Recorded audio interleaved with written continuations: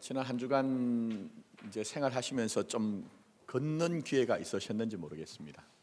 저도 걷는 것, 운동하는 것 그렇게 즐기는 편이 아니어서 뭐 제자리에 앉아서 독서, 책 읽는 것을 좋아해서 걷는 기회가 잘 없습니다.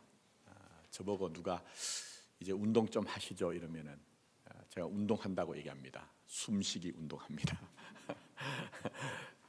그리고 복음 운동하고 기도 운동합니다. 뭐 이렇게 하는데 지난주에는 이제 제가 목사님 이제 두 분을 만날 기회가 있어서 이제 만났는데 저보고 이제 그 파주에 오라고 해요. 그래서 이제 갔더니 좀 걷자. 그래서 뭐 걷고 싶어서 그런 것이 아니고 걷자고 하니까 그렇습니다. 그런데 좋더라고요. 걷는 게 아주 근사하더라고요. 이제 좀 땀이 흐르고 그렇게 하니까 좀 복잡한 생각도 좀 떠나가고 생각도 정리가 되고요. 걷는 것이 굉장히 좋더라고요. 지구 둘레가 얼마가 된지 아십니까? 저는 뭐 조사를 했으니 알겠죠.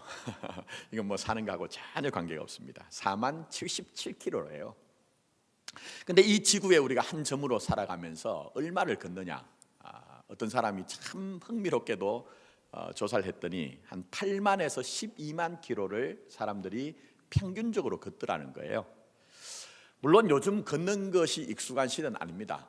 애들이 태어나면 이제 유모차, 그것도 차죠. 유모차에서 이제 타기 시작해서 그 다음에는 이제 자동차를 타고 그 마지막에는 장의차를 타고 무덤으로 가기 때문에 뭐 별로 그렇게 걷는 것이 익숙한 시대는 아닙니다.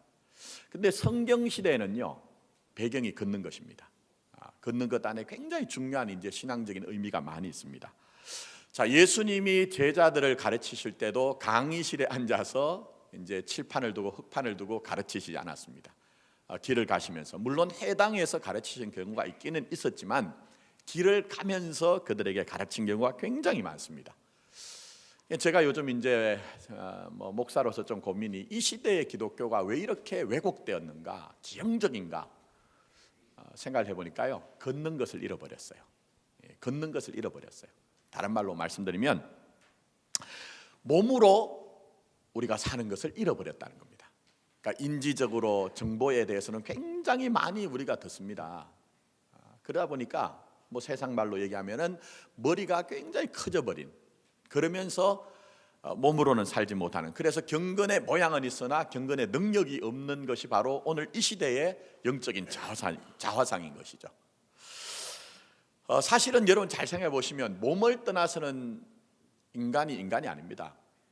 그 뭐 제가 이상한 얘기지만 전설의 고향에 나오는 귀신은 될 수 있지만 인간은 아니에요. 몸으로 살아야지만 인간입니다. 그래서 그런 얘기를 합니다. 몸을 배제하고는 똑바른 생각 그리고 바른 마음을 가질 수가 없다는 거예요. 그게 옛날에부터 내려오던 옛사람들이 우리에게 전해준 어떤 진리입니다. 그런데 이 시대는 몸을 잃어버렸어요. 그래서 요즘 이제 자각이 일어나죠. 그게 뭐냐면 걷는 것, 굉장히 이 시대에 각광을 받고 있습니다. 여러분 아시겠지만 이제 스페인에 가면 산티아고 길이라고 있습니다. 이거 원래 야고보 사도가 전도를 하기 위해서 걸었던 길이고 종국에는 순교하신 그 길이에요. 근데 요즘은 뭐 사람들이 자기 시간을 내어 가지고 그 산티아고 길을 가더라고요. 뭐 때로는 삶에 지친 분들, 때로는 너무 분주해서 내가 누군지도 모르고 이렇게 살았던 분들이 자기 시간을 들여서 비용을 들여 가지고 이제 그 길을 가는 분들이 많이 있습니다. 근데 여러분 한번 생각해 보세요. 요즘은 얼마나 편리한 시대인지요. 이 대륙에서 저 대륙 가는 것, 이 나라에서 저 나라 가는 것 몇 시간이면 전부 다 갈 수가 있습니다. 근데 굳이 이 시대에 자기가 걸어야 된다는 그 원초적인 그 행위, 그걸 하기 위해서 시간을 들여서 비용을 들여서 그까지 간다는 것, 그 왜 그럴까요, 여러분? 결국 제가 볼 때는요, 그런 원초적인 걷는 행위를 통해서 내가 나 자신이 무엇인가를 자각하는 거예요. 전체로서의 인간, 그러니까 몸을 배제하고 살았던 내 자신의 삶을 내가 내 몸을 움직임으로 말미암아 내 자신이 누군가, 나 자신이 누군가 하는 것들을 깨닫고 인식하는 거죠. 그런 것들이 이제 우리에게 되어지는 것이죠. 자, 제가 이제 이렇게 장광설을 넣어놓은 이유는 의도가 있기 때문이죠. 그건 다른 것이 아니고 우리가 뭐 산티아고 길을 갈 수는 없어요. 뭐 그런 기회가 되면 한번 가면 좋겠습니다만, 그러나 걷기가 굉장히 중요하다. 그 안에는 자기 성찰도 있고 반추도 있고 또 묵상도 있기 때문입니다. 제가 이제 저희 교회 부임해서 이제 고난 주간에 특별히 영성 훈련을 몇 가지를 하고 있습니다. 그 가운데 하나가 레버린스라고 하는, 레버린스는 미로예요. 원래 이제 기독교 전통에는 풍성한 영성 훈련의 어떤 전통들이 많이 있습니다. 근데 우리 한국 기독교회는 좁아요. 제가 볼 때 굉장히 좁습니다. 그래서 제가 저희 교회 와서 그 극기 묵상을 좀 하고 있는데요.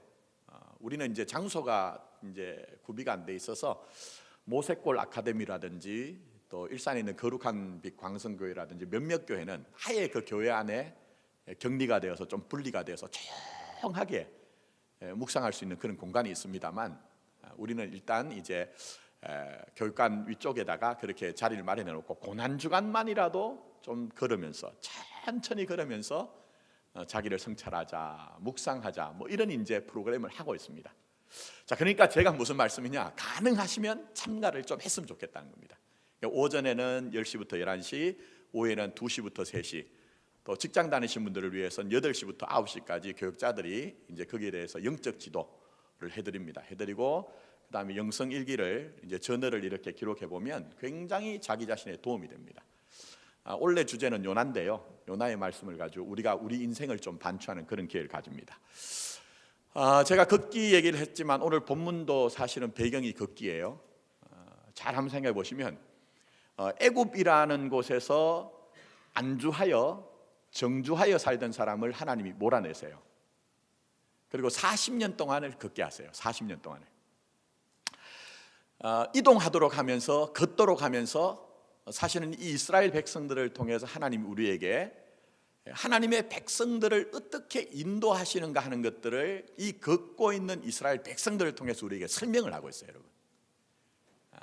제가 오늘 이제 하나님에 대해서 좀 알자고 주제를 정하고 말씀을 전하는데 좀 무거운 주제들이에요. 사실은 제가 최대한 쉽게 수월하게 하려고 하지만 제가 목회를 하다 보니까 우리가 가진 신앙이 잘못되었다는 것이 아니고 너무 이제 좀 어떤 면에서는 성경이 얘기하고 있는 부분과 포커스가 좀 틀린 부분이 있어서 제가 이제 성경을 중심으로 하기 때문에 조금 무거우시더라도 여러분 잘 따라오시면 좋겠습니다. 자, 일단 하나님이 우리를 어떻게 인도하시는가 하는 것들은요, 이스라엘 백성들이 걸었던 길의 특징을 보면 알 수가 있습니다. 그 길을 보면은 교회와 성도가 어떤 길을 갈 수밖에 없는가 하는 것들이 설명이 되어지고 있습니다. 자, 그 길의 특징이 뭘까요? 첫 번째는 돌아가도록 한다는 거예요. 여러분, 빠른 길 가는 게 좋으세요? 도는 길이 좋으세요? 사람은 근본적으로 빠른 길을 좋아합니다. 근데 하나님은 돌아가도록 하세요. 자, 말씀 한번 보십시오. 자, 17절 말씀. 바로가 백성을 보낸 후에 블레셋 사람의 땅의 길은 가까울지라도 하나님이 그들을 그 길로 인도하지 아니하셨으니 얘기합니다. 제가 전에 애굽의 지도를 한번 보여드렸습니다. 그러면서 출애굽 경로가 어떤지 보여드렸지만 제일 빠른 길은 해변길로 되어 있는 이 블레셋 사람들의 길이란 것이 빨라요. 물론 그 다음에 이 이유를 보면은 전쟁을 볼까 돌아갈까 염려해서 그렇게 했지만, 그러나 출애굽기만으로는 우리가 이해할 수 없는 부분이 있습니다. 나머지 이제 신명기라든지 민수기를 보면 그것만이 이유가 아닙니다. 하나님이 이 돌고 돌아가도록 가게 하신 길에 이유가 있어요. 목적이 있어요, 여러분.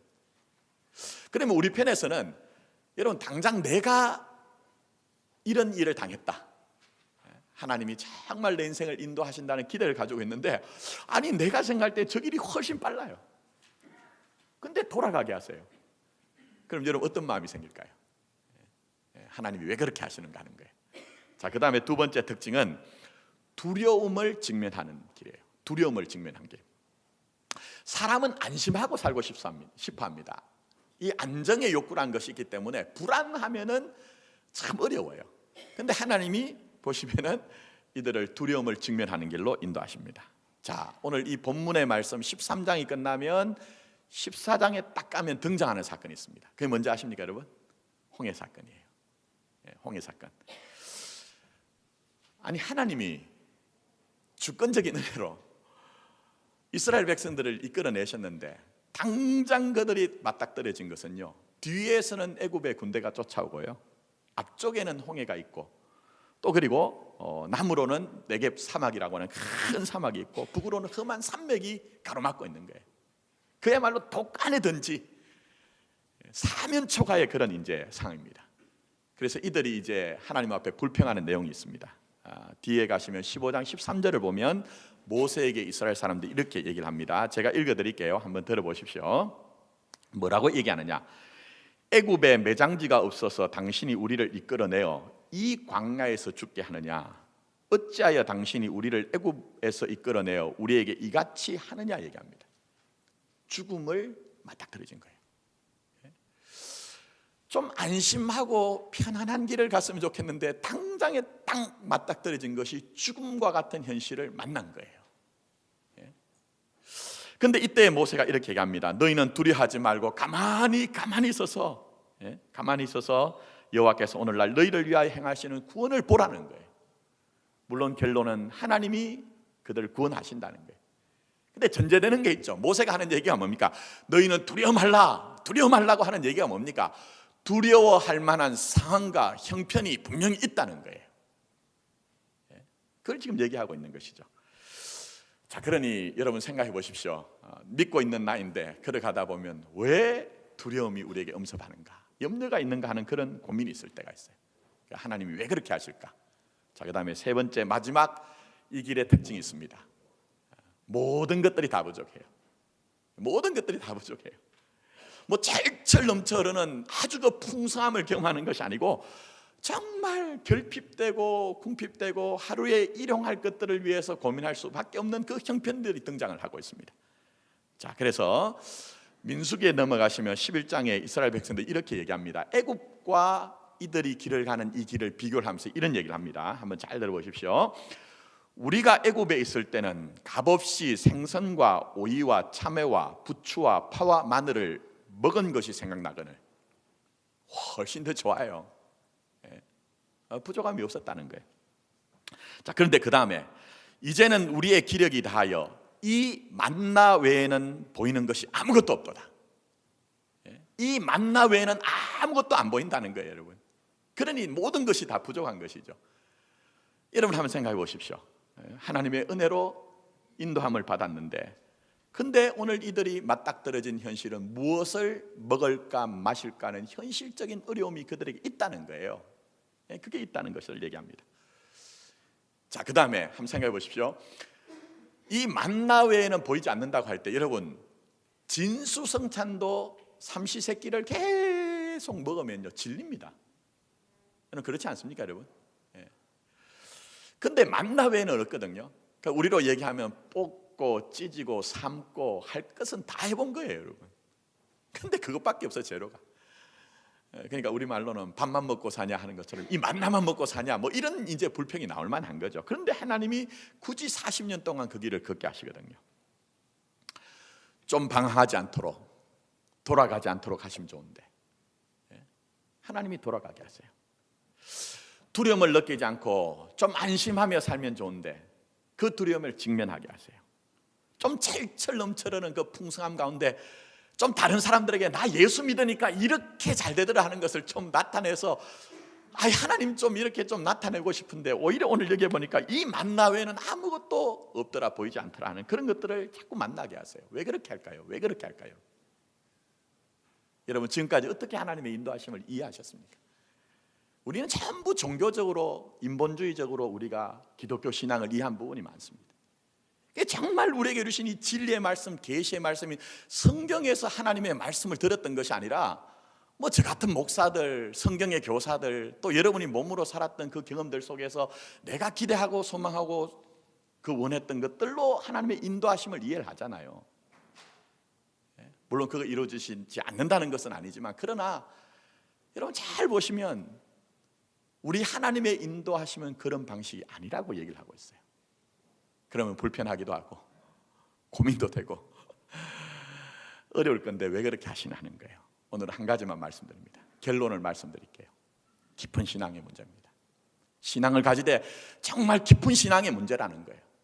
얕은 신앙이 아니고 깊은 신앙을 가지고, 원수간 신앙을 가지고 내용 있는 신앙을 가지게 하기 위해서 우리 하나님께서 때로는 불편하고 고민되고 염려가 되는 그 길을 가게 하신다는 거예요. 깊지 않으면 안 됩니다. 깊지 않으면 안 돼요. 자, 용비어천가 여러분 소시적에 중고등학교 다닐 때 외우셨죠? 용비어천가 2장에 뭐라고 얘기합니까? 뿌리 깊은 나무는 바람에 흔들리지 않는데요, 여러분.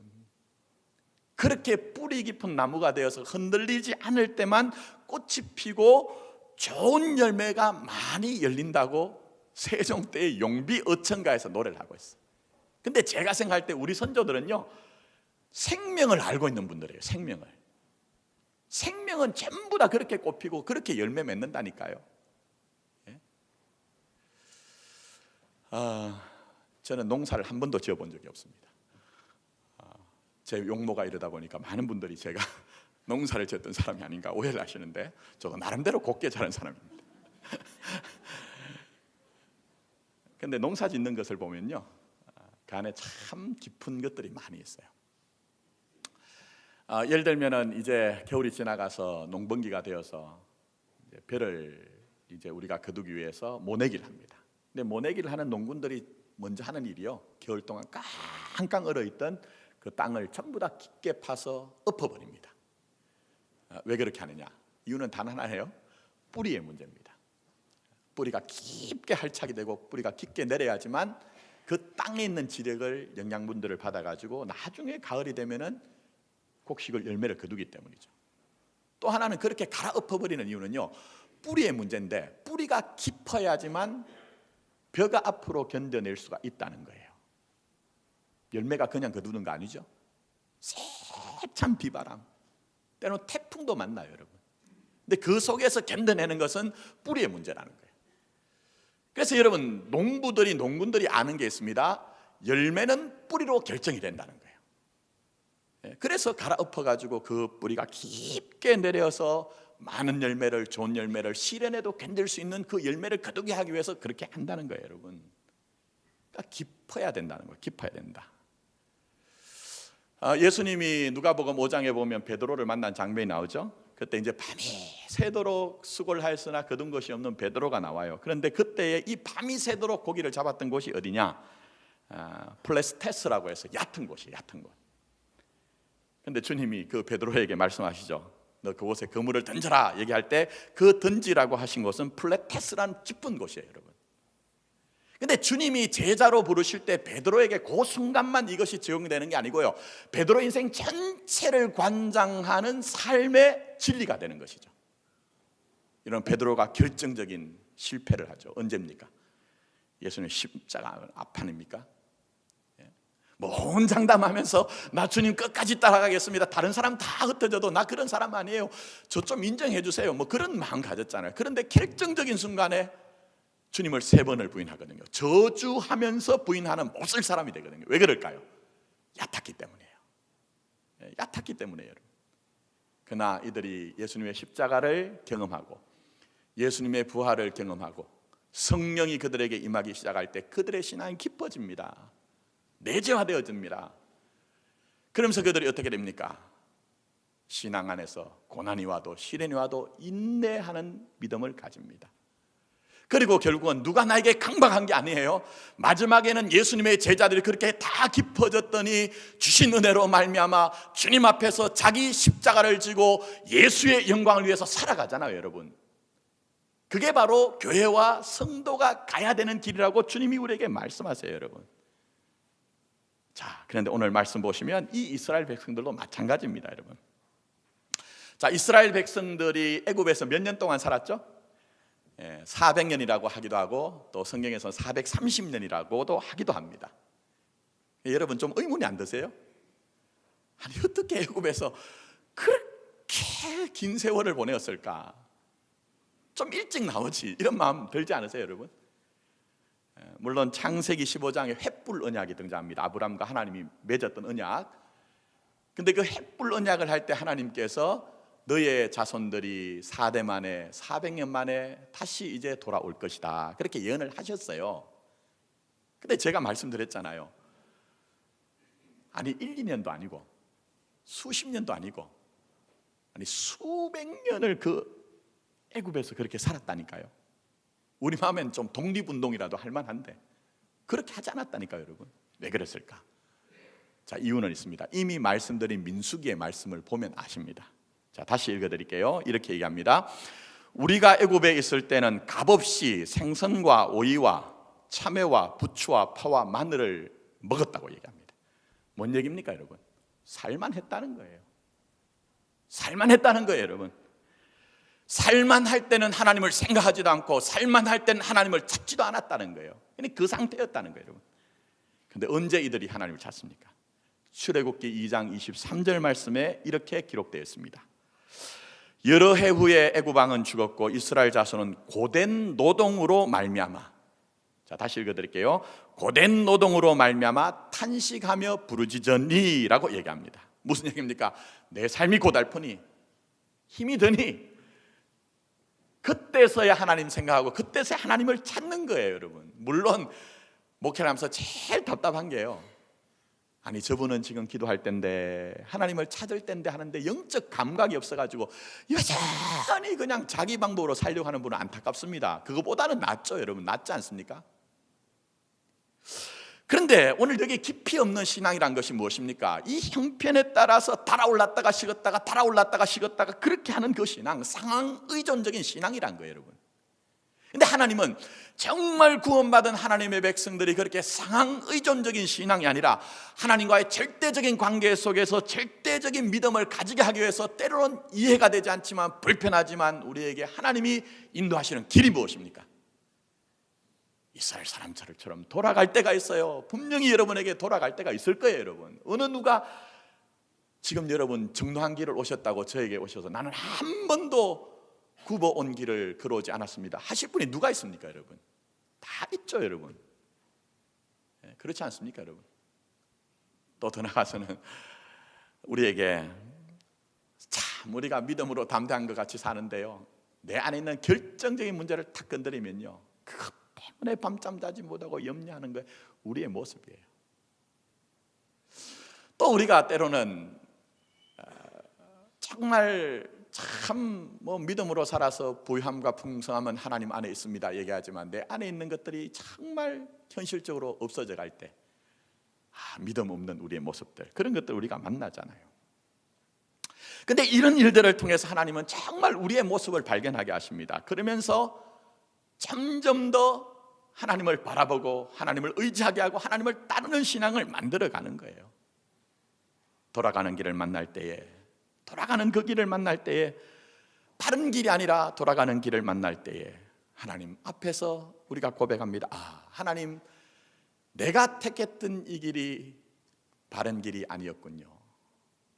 진짜 길은 길이 되신 예수님 한 분밖에 없습니다 하는 것 깨닫게 하시더라고요.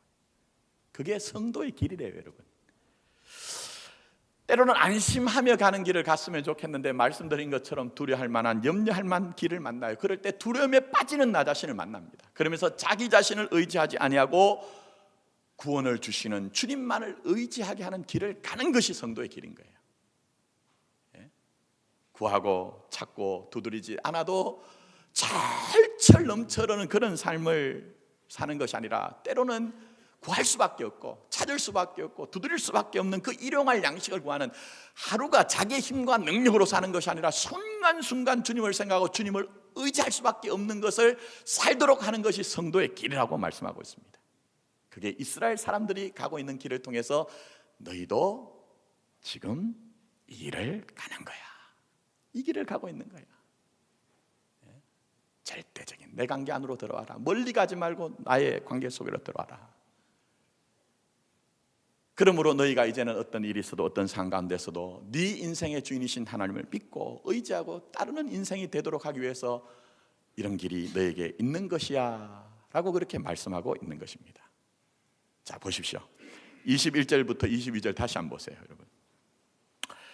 여호와께서 그들 앞에서 가시며 낮에는 구름 기둥으로 그들의 길을 인도하시고 밤에는 불 기둥을 그들에게 비추사 낮이나 밤이나 진행하게 하시니 낮에는 구름 기둥, 밤에는 불 기둥이 백성 앞에 떠나지 아니하니라. 저도 그렇지만 대부분의 목사들은 여기까지만 읽어요.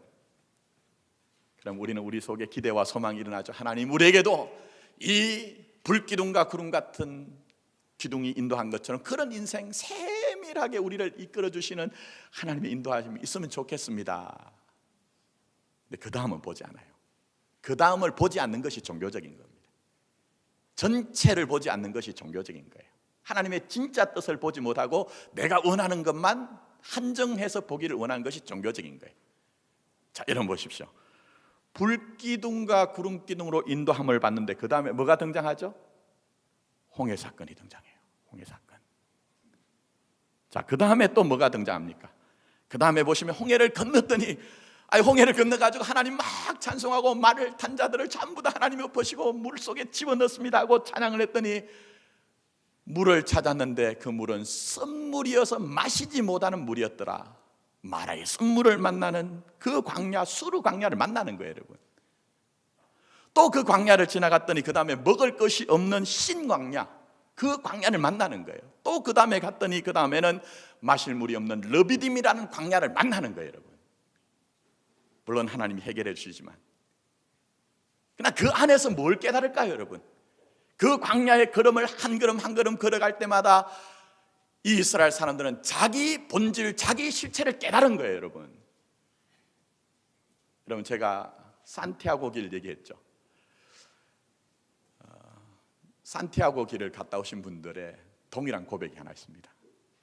그게 뭔지 아십니까? 나를 발견했다는 거예요. 내가 나를 알았다는 거예요. 내가 전에는 사회적인 직위와 직책과 명예와 건세를 가지고 대단한 사람인 줄 알았더니 내가 원초적으로 내 몸을 움직여서 걸어보니까 내가 정말 나 자신을 알았다는 거예요. 여러분, 이스라엘 백성들의 그런 영적인 경험이 있는 거예요. 터닝 포인트가 되어진 거예요. 내가 그 돌고 도는 길을 걸어가 보니까 내가 믿음 있는 자였는데 믿음이 없는 자이군요. 내가 때론 두려움을 직면하고 내가 내 삶의 결핍을 경험할 때마다 나는 정말 하나님만을 찬양하고 감사할 줄 아는 인생이었는데 내 속에 불쑥불쑥 그 불평이 올라오더군요. 하나님, 이 광야 같은 인생의 길을 갈 때 나를 그와 같이 내버려 두지 마시고 내 인생을 인도하신 하나님 함께 이루셔서 이제는 이 상황과 현실의 결부가 되어서 그것만 바라보는 인생이 아니라 하나님과의 절대적인 관계 안에 들어가서 내가 주신 그 믿음으로 살아가게 해주시려 하는 그런 고백이 나오게 하더라는 거예요. 그게 바로 여러분 성도 인도함입니다. 그러니까 여러분, 제가 좀 이상한 과거간 얘기를 할지 모르지만 목사 얘기라고 해서 그게 전부 다 진리라고 이해를 하시면 안 돼요. 하나님의 말씀인 성경이 여러분에게 펼쳐놓는 것으로 들어가서 그 목사가 그 사람 얘기하는 것이 맞느냐 맞지 않느냐 여러분의 삶으로 검증을 해보십시오. 다시 한번 여러분 돌아보세요. 여러분 가진 믿음의 기대와 소원대로 지금까지 사셨습니까? 바른 길만 지금 그렇게 오셨어요? 바른 길만. 또 여러분의 삶 가운데 두려움이나 염려 없이 그렇게만 사셨습니까? 아니, 나는 지금 너무 부족한 것이 없는 모든 것들이 다 풍성한 그런 삶만 사셨습니까? 믿는데 그 안에서 믿지 못하는 나 자신이 있더라고요. 입술로는 하나님 찬양하고 감사한다고 하는데 내 안에 두려움을 만나고 염려를 만나고 결핍된 것이 있을 때 불평과 원망이 하나님을 향해 나갈 때가 있더라고요. 근데 그런 모습을 자꾸 드러내는 이유가 뭘까요? 너 혼자인데, 너 혼자 믿는 거 아니야. 너 혼자 인생길 가는 거 아니야. 인도하는 나를 바라보라는 거예요. 인도하는 나를 바라보라는 거예요.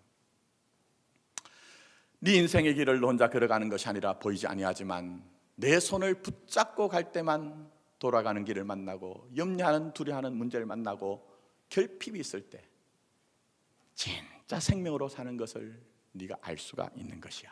그렇게 말씀하고 계시는 거예요, 여러분. 그걸 지금 우리가 교회로서 성도로서 배워가고 있는 거예요. 예. 자, 19절 말씀 보십시오. 자, 모세가 요셉의 유고를 가졌으니 이는 요셉이 이스라엘 자손으로 단단히 맹세하여 이르기를 하나님이 반드시 어떻게 해요? 너희를 찾아오시리니 너희는 내 유고를 여기서 가지고 나가라 얘기합니다.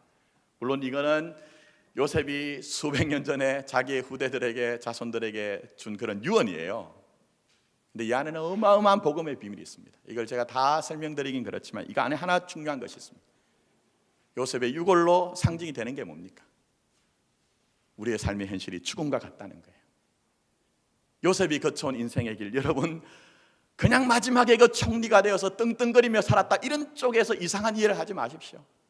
요셉의 인생 전체를 보면은 그 삶 마디마디마다 전부 다 이 죽음의 현실이 있었잖아요. 숨 하나 쉬지 못할 그런 고통이 있었잖아요. 고난이 있었잖아요.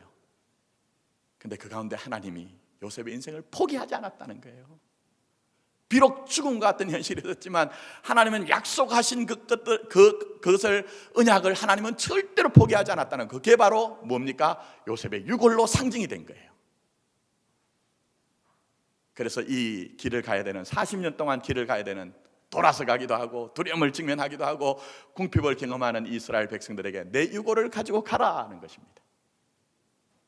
너희도 그 길을 갈 터인데 그냥 가지 말고 내가 거쳐갔던 것처럼 하나님이 너희를 찾아오시리니, 내가 뭐 능력이 있어서 그 길을 간 것이 아니라 하나님이 나를 찾아오시리니, 하나님의 은혜만이 우리에게 죽음과 같은 이 현실, 돌아가는 길 가운데 때로는 우리가 두려움을 직면하고 때로는 우리가 결핍이 있다 할지라도 그 가운데서 하나님을 절대적으로 의지하는 그 믿음을 하나님이 은혜로 주신다는 거예요. 여러분, 그게 바로 진짜 교회와 진짜 성도인 거예요. 그걸 지금 우리 교회는, 여러분은 삶 가운데 배워가고 있는 것입니다.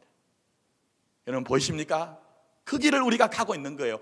그 길이 받아들여지지 않으면 여러분, 그것은 교회가 아닌 거예요. 성도가 아닌 거예요. 아파도 불편해도 힘들어도 그걸 자꾸 받아들여지고 믿어지는 게 교회와 성도인 것이죠. 제가 이런 얘기를 하니까 참 어려워요. 제가 전부를 지금 설명한 게 아니거든요. 정말 성경에서 계시는 그 기독교의 신앙을, 종교로서의 기독교가 아니고 생명으로서의 기독교를 설명해낼 수 없는 답답함이 있습니다. 그걸 이해하자는 거죠. 자, 그래서 제가 요즘 새벽에 나오신 분들 힘들 거예요. 창세기를 지금 56번째 강의를 하는데 겨우 5장을 나갔습니다. 5장을 나가서 아담의 족보를 살펴보고 있는데, 그 아담의 족보 가운데서도 에녹이 등장합니다. 참 희한하죠? 가인에게도 에녹이라는 이름이 그 후대들에 등장을 하고요, 아담의 족보 생명의 계열에게도 에녹이라는 이름이 등장을 해요. 근데 여러분, 가인은 에녹이라는 자기 성을 쌓고 살아요. 근데 생명의 계열에 있는 아담의 족보의 에녹은 어떤 자죠? 하나님과 동행하는 자예요. 여러분, 세상 사람과 똑같이 사는 것처럼 보여져도 여러분 다를 수밖에 없어요. 다를 수밖에 없어요. 근데 하나님이 그 에녹이 하나님과 동행하는 자의 삶을 만들어내시는 방식이 뭔가 좀 건너뛰지만, 제가 새벽에 설명했던 부분이 있습니다. 호세아서 2장 6절부터 7절에 하나님이 이렇게 말씀하세요. 자, 결론적으로 말씀드리며 제가 말씀드립니다. 한번 잘 들어보세요. 그러므로 내가 가시로 그 길을 막으며, 그러므로 내가 가시로 그 담을 쌓아. 이거 상징적인 얘기지만 여러분, 이런 일들이 있으면 얼마나 힘듭니까? 예? 담을 쌓아 그로 그 길을 찾지 못하게 하리니. 길을 찾지 못하게 한대요, 여러분. 근데 이유가 있습니다. 그가 사랑하는 자를 따라갈지라도 미치지 못하며 그를 찾을지라도 만나지 못할 것이라고 했어요. 우리가 정말 원하는 것들, 그게 생명이 아니기 때문에 하나님이 가시채를 가지고 길을 막고 담을 만들어서라도 못 가게 하신대요. 그게 오늘 이스라엘 사람들의 길에 가는 모습 아닙니까?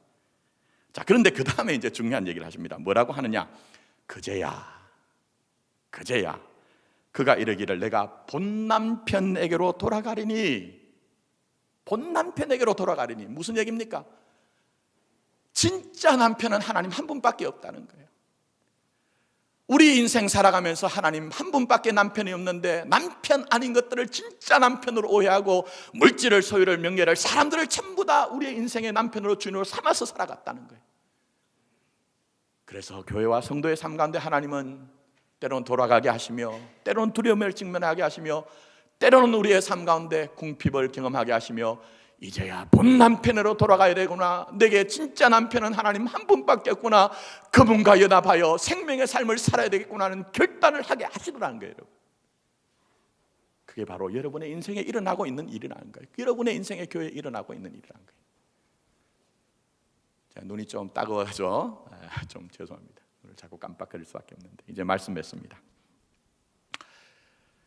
하나님이 성도에게 뭘 바랄까요, 여러분? 제가 볼 때는요, 부와 귀와 명예가 아닙니다.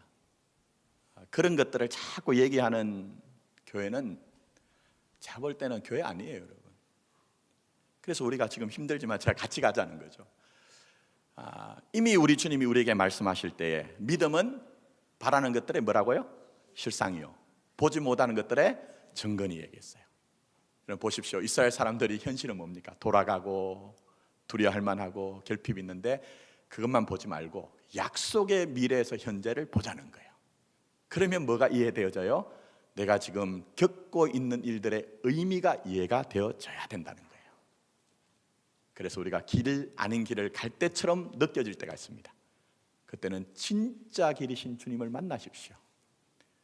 두려워할 만할 때 내가 나 자신에게 두려워할 만한 그 이김의 이유가 없다는 것을 아시고 우리를 구원하시는 그 주님만 바라보십시오.